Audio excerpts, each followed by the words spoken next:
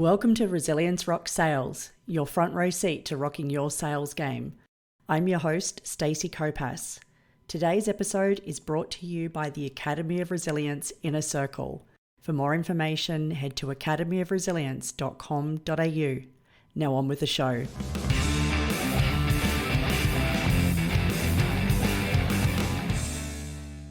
Hello and welcome to the episode of Resilience Rock Sales. Today I am joined by author of Endless Referrals, the Go-Giver series, and more recently, Streetwise to Saleswise. I'm so excited to introduce you to my friend Bob Burg. Bob, welcome to the show.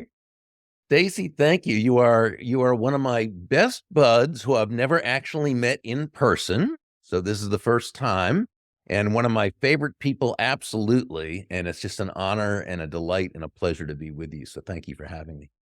I'm very excited. I was saying to Bob earlier that I've been super immersed in his fabulous books. And the interesting thing was I first came across Bob many years ago through your book, Endless Referrals. Ah. And I know that I've recommended it to many of my clients as well. But more recently, definitely been immersed in the Go-Giver series. And I'm actually 3/4 through your most recent book, Streetwise to Saleswise. But to start with, what I'd really love to do is if you could just give us a little bit of the Bob Burg story and particularly what brought you to be here today to be so well known for these wonderful books that are helping millions of salespeople around the world. Oh, well, thank you. Well, I actually began in broadcasting. So I started out in radio doing sports, and then I was doing news for a local network affiliate, but it was a very small one in the Midwestern United States. And the good thing about it was being so small was you had to learn how to do everything. So you learned how to how to actually use the camera, how to, write up a story, how to produce a story, and so forth. But the fact was, I wasn't really that good at it. The news just was not my thing. I was very young, and I didn't really know the news, and I didn't really care at that time. So it wasn't long before I wasn't in the news business anymore, and so I got a job in sales, and um, I had no idea what to do because I had never had any formal sales training. And apparently the company where I started working didn't either, because they pretty much just said, go out, tell people about what I was selling and hopefully get a sale. Okay. Well, that didn't really work for me. So for a few months, I was really struggling, really floundering. And then I went into a bookstore one day looking for something. Now, this is 40 years ago. And, today everybody knows about sales books and personal development books and all those. Then that just wasn't the case. Unless you knew, you didn't know. So I went in the bookstore looking for something on business, figuring hopefully it will help me. But I saw a couple of books on sales. One was by Zig Ziglar and one was by Tom Hopkins, two of the legends in the sales space. And I got the books, and I like to say I did not read them. I devoured them. I would, after work every day, I would just start studying them and practicing and learning and highlighting and underlining and, into the wee hours of the morning. I mean, and within a few weeks, Stacey, my sales were going great. Now, how could that be? What was it? I hadn't really changed much as a person in 3 weeks, but my sales certainly had.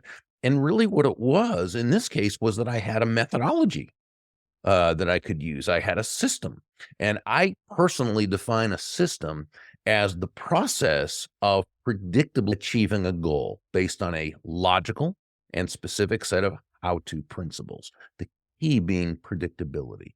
If it's been proven that by doing A, you can get the desired result of B, then all you need to do is A and continue to do A, and you'll eventually get the desired results of B. And so that's really what happened. But what was really great was not just the learning the sales part, which was, again, I enjoyed that a lot, but the personal development aspect that came along with it, because they kept, I'd start, the more I read on sales, the more they said, well, you want to get other books on, like How to Win Friends and Influence People and The Magic of Thinking Big and Think and Grow Rich and Psycho-Cybernetics and all these classic sales, really personal development books. And I started realizing, success, because I was not a good student in school. And I began realizing success is really an inside job. I mean, it manifests itself outwardly, but it begins here and here, right? The head and the heart. And so that to me, this was like a breakthrough. And I continued doing sales, eventually worked my way up to sales manager with another company and started then being asked to teach other companies what was working. And I thought, hey, this is really cool. Yeah, I could do a business, like this. And uh, joining National Speakers Association then, and learning how to have a speaking business, start write books, yada, yada, yada. Here we are today. Wow, and now obviously you're so well known globally for being such a thought leader in the sales space. Oh, thank But you. and so it's so interesting, isn't it now? Because the sales reps of today go to the bookshop, and where you went and picked up, Zig and Tom, then they're picking up Bob.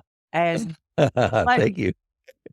could going back 40 years ago, could you ever have imagined that where we are now, people are now picking up your books to learn? You bring up a great point because I never would have thought of something like that. In fact, I really hadn't thought of that till you just mentioned it. That yeah, there's some young Bob Burg going in there looking for a sales book, and maybe they see one of mine. And of course, there's a lot of great sales books out there, and so they could be picking up one of 100 or 200 of them and benefiting from them. But yeah, just to know that mine could be one of them, it's a good feeling. So thank you for bringing that up. Yeah. Oh, look, it's exciting because I'm mentoring somebody at the moment, and she's 19, and she's just got this mindset that she just wants to go out and make a lot of money. And I said to her, I said, well, the way to do that is you need to get into sales.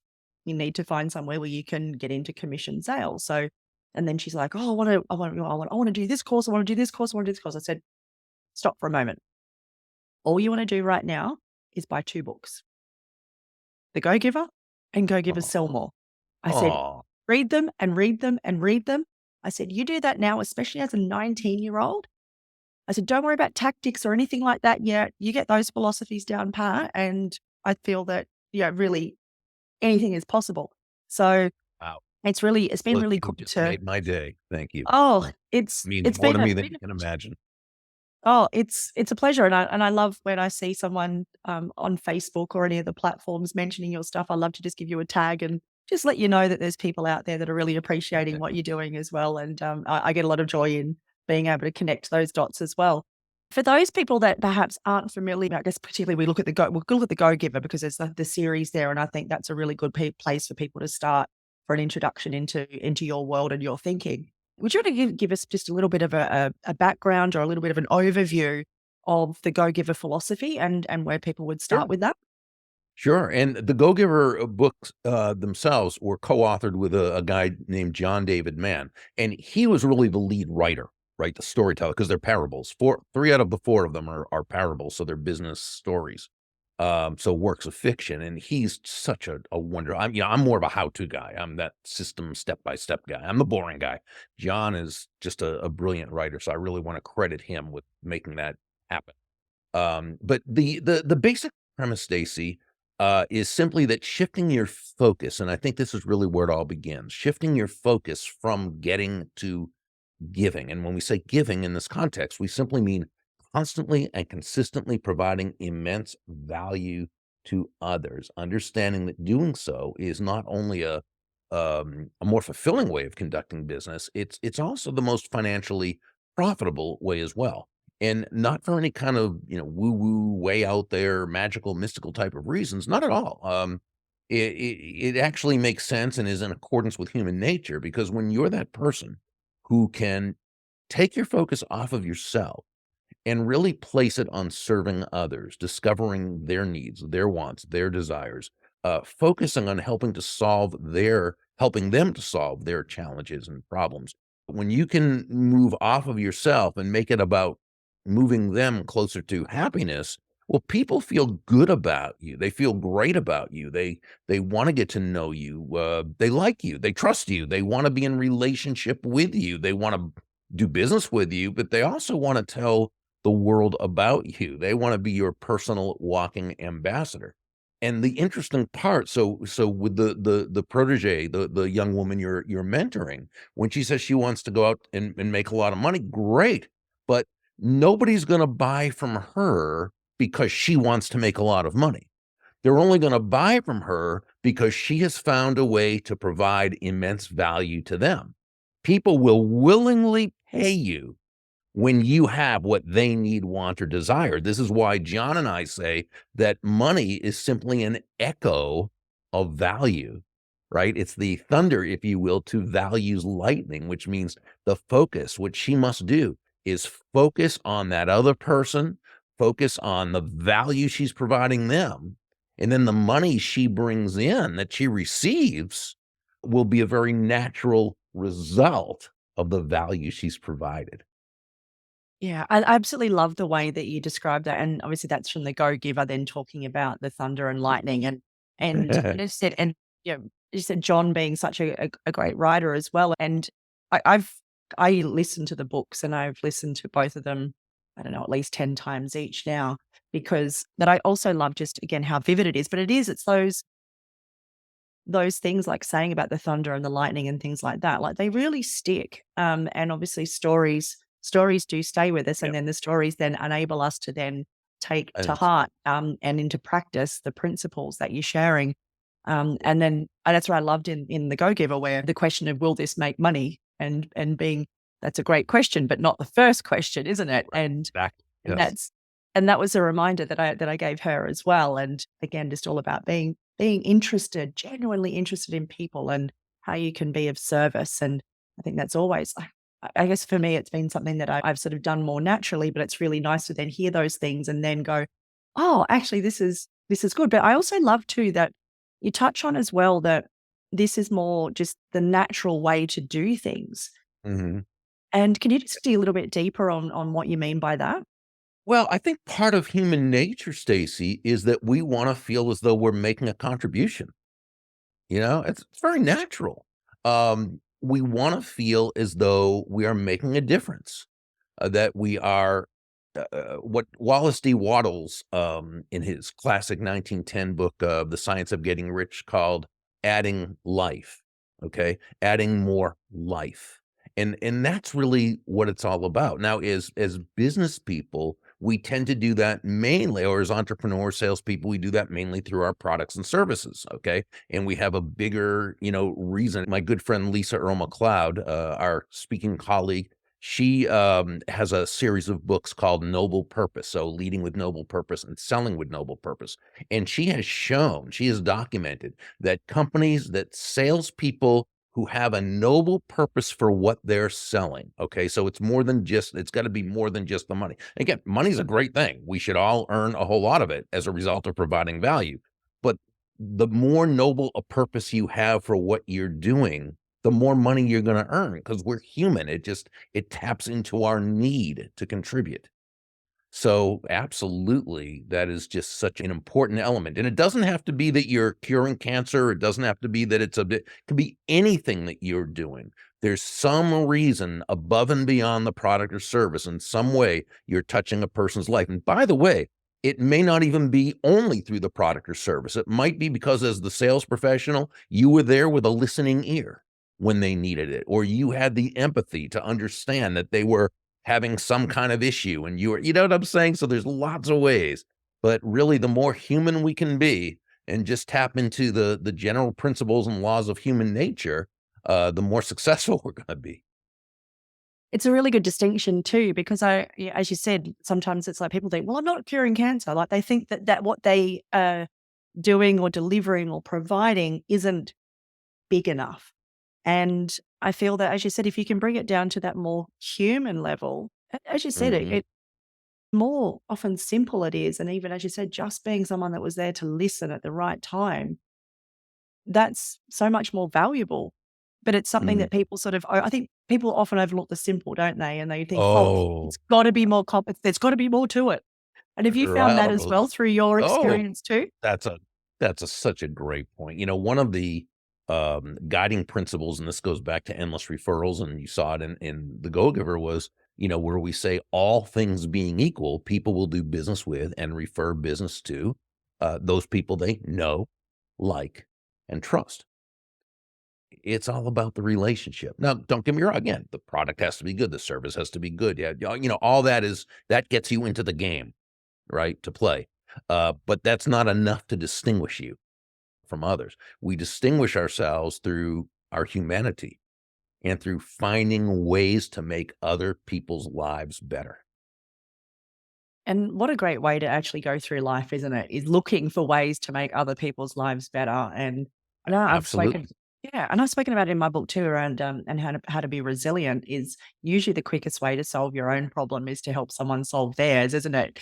And be of service, go and help somebody. And just even through the act of, you've probably found the same so many times over the course of your life. You're having a conversation with someone working through their stuff, and then this little light bulb goes off in your own head, doesn't it? And go, okay, I've got it. I figured out something that was bothering me or challenging me as Yeah. well. So it's just a nice place to be. And how do you then with that, with people that perhaps might be new to this principle and people that might be, I guess, being trained in a more traditional hustle, hustle, hustle approach to sales. Where do you feel is the best place for them to start in going out there and being of service, but genuinely doing it without expectation? So first, I think it comes down to their having to understand why doing it this way is actually better for them. Okay. So, and here's what I mean. Um, let's say that I am the salesperson and you are the prospective customer. Okay. And really need the money. I am just focused just on the money. And that's how I approach things because that's what I've been taught about sales. The big thing, get their money, right? And so forth. And I'm exaggerating a little bit, but not that much. So we're in the sales conversation. And yeah, I ask you questions because I took the training course and we learned how to ask questions and so forth. But I'm not really that interested in your deep reasons why as much as I'm looking for a way to be able to sharp angle you later into closing the sale. When you have an objection, yeah, I'm gonna give you the standard answers to it, but I'm a little resentful of the objections because your objections, Stacey, are standing in the way of my money, right?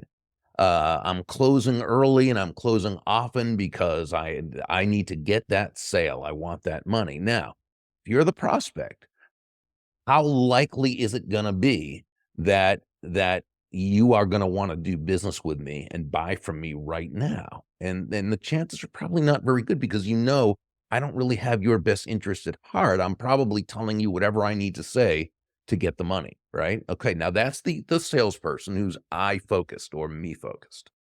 Okay, now let's take another scenario. And I'm still that same person. I need the money and it'd be great to have. And, I'm in business but I'm going to do something different. Now, I'm not going to deny my self interest because as human beings, that's also part of human nature. We are self interested. It's how our cave person ancestors survived the day, right? Millions of years ago or whatever. But and it got into our DNA and sure. But so I'm not going to deny it, but I am going to suspend my self-interest. I'm going to put it to the side and I'm going to focus on you. And now when I ask you questions, I'm listening. And I'm listening because I really want to understand what's driving you, what it is that you need, what you want, what you desire, why this is something that would be beneficial for you. What are your issues? How can I help make your life better? I'm asking these questions and I'm going to take it a step further. I'm going to realize that because we come from two different sets of beliefs and ways of looking at the world, because we're all human, we all have our individual, right? I'm not going to assume that I understand what you mean just by what you say. So I'm going to gently and tactfully clarify in order to really get a deeper understanding. And only once I really know that in my heart that I know, now I'm going to connect the benefits of my product or service with your needs, wants, and desires. Okay. Now, when you have an objection, I'm going to welcome that objection and it's going to be genuine because the fact is you need to feel comfortable with the process. And I'm going to let you know that. And then instead of just answering your objection with some standard objection, because maybe the objection you asked isn't really the actual objection. It's just sort of a manifestation that you're not comfortable with something, or there's something, but there's a deeper reason for it, right? Instead of just answering that question, I'm going to empathize, and we're going to work together, the two of us, to get to the very root, the very heart of the objection, and then work through it together in partnership in order to advance the sale. Now, by the time I ask you to take action, really, I'm simply asking you to do something that you've already told me that you want to do, that's going to satisfy your needs, wants, desires, solve your problem, bring you closer to happiness, right? So, but the big thing is that you can tell that I have your well-being at heart. Are you more likely or less likely to want to do business with me right now? And chances are probably pretty good, a lot better, right? So Yeah. when you can share this with that person who's been brought up with the sales is just saying whatever you have to do to get, sales is, when you can help them see that it's actually the most self-interested thing they can do is to take their self-interest and put it to the side and make it all about, as we say, law number 3 of the Go-Giver, the law of influence, place the other person's interests first. You do that, and your interests will be well taken care of. Yeah, absolutely. And it's also I just find it's so much less pressure when you do that as well. It's sort of acting again without feeling a great expectation or anything like Yeah, that. an Just going in attachment, there. right, No, the attachment's not there. It's like intention. right. Like I'm really in the space these days of intention without attachment. Ooh, I love that. Yeah, It's something that just came to me through lots of exploring and self reflection. And I'm just mhm, like, that's my space. And that's what it really feels like when you describe that. It is. It's going there with the intention yeah, to serve, to learn. And sure, what a great opportunity to have interesting conversations with interesting people along the way. I think it's so much more enjoyable. And I know you touched on there on objection, and objection's obviously the theme of the latest book, Streetwise yeah, to Saleswise.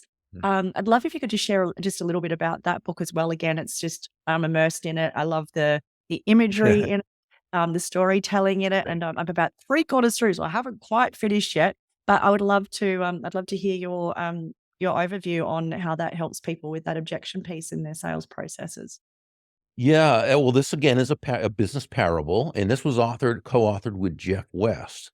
And what's interesting is Jeff was a client of mine 25 years ago. He was the state sales coordinator, really state sales director. He had a very, very large sales team in Texas in the US. And he was a fantastic leader. And since then, when he retired from the insurance field, he speaks and he coaches and so forth, but his love is writing. So he learned how to write, and what's interesting, small world type of thing, his writing coach is John David Mann, my co-author of Oh, the how Go cool. Givers. Yeah, I know. And so yeah, Jeff and I wrote this together, and he was the master storyteller. He was, and just did such a fantastic job. And basically, as salespeople, the teaching has always been to overcome the objection. There's a problem with that, though. You really can't do that. Why? Because to overcome, which would be to convince someone, right? Remember Dale Carnegie and How to Win Friends and Influence People said, a person convinced against their will is of the same opinion still. And is there any other way to be convinced other than against one's will? The old Latin root of the word convince, convincere, meant to conquer, right? Does any prospect want to be conquered by their salesperson? No. So you have what we call push push, right? Which never works. And so and so rather than try to overcome the objection, instead what we need to do is work within the objection, and again, work in partnership with our prospect in order to get to the actual root of the objection. Only at that point, Stacey, are you able to constructively together work through that. But if you're just trying to answer objections, or remember too, a lot of times the objection that person gives you isn't necessarily their actual objection. And I'm not saying they're lying. If they are, that's a whole different. That's a trust issue, and you got to build that first. But a lot of times, what it is the salesperson who does their business, who conducts a sales conversation every single day, or is involved in their business every single day. They know their business inside and out. But your customer, it might be something that they're buying once or twice in their life or 5 times or whatever. They don't have the same experience with it, so they don't sometimes know what to ask, what to expect. They don't want to come across appearing unknowledgeable, or for whatever reason, they have feelings about it that they just don't feel comfortable. They may not even know what the actual objection is, but they kinda sense there's something that just isn't right. So, but since they don't exactly know what it is, they just kinda spew forth something like, "Well, the price is too high. I wanna think it over. I've gotta talk with my brother-in-law's next door neighbor's cousin twice removed who once bought something like that," that sort of thing.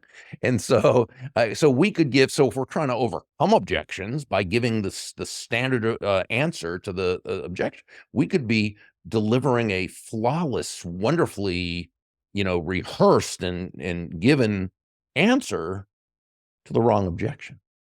So what we really teach in the story, and it's about a young guy from the streets of New Orleans who comes up, and he in New Orleans in the States, for those who have been there, just a really fun city. There's a lot of music, and so there was a big musical theme. And Jeff, my co-author, was a musician, so that was something that yeah. So we try to mix a fun story with some things in there that hopefully will really help the sales professional. Oh, yeah, as I said, I'm really enjoying it. I love that you touched on the music theme there because there's one final twist to the Resilience Rocks theme here too. Resilience Rocks being that, obviously it helps your sales, resilience, rocks being strong and foundational resilience being a core part of being successful in sales. There's also a musical twist. So Resilience Rocks as in being rock music. And I find that music is probably one of the quickest ways to change your state in 3 to 5 minutes. And so for you personally, if you needed to change your state, do you have a go-to song that you would play just to get yourself into a different energy in a quick space of time? Oh, that's a wonderful question, because there are certain songs that, at different times kinda give me different energy. Lately, I've been really listening to a lot of the old, Electric Light Orchestra, which is Yellow. Yellow. Oh gosh, they were great. When I was growing up, they were great. I'm 66, so they were big in the '70s, but I've kinda rediscovered them again. And groups like Chicago just have some songs that I can sit back and listen to their music, and it's like, wow, I just feel so good.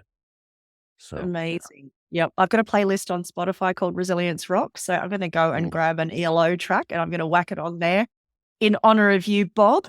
So thank you so much for your time today. It's been such a pleasure, both for our listeners, but also personally to finally connect properly after being connected and moving in similar circles online for many, many years. And those that have enjoyed this conversation and would like to get to know more about you and your work, where is the best place for people to connect with you to continue on being in your ecosystem after this conversation today? Thank you. Probably the best place is Burg, BURG.com. And while they're there, they can, if they'd like, subscribe to my daily impact email, which I send out Mondays through Fridays. That sounds amazing. And thank you so much again, Bob. It's been an absolute pleasure.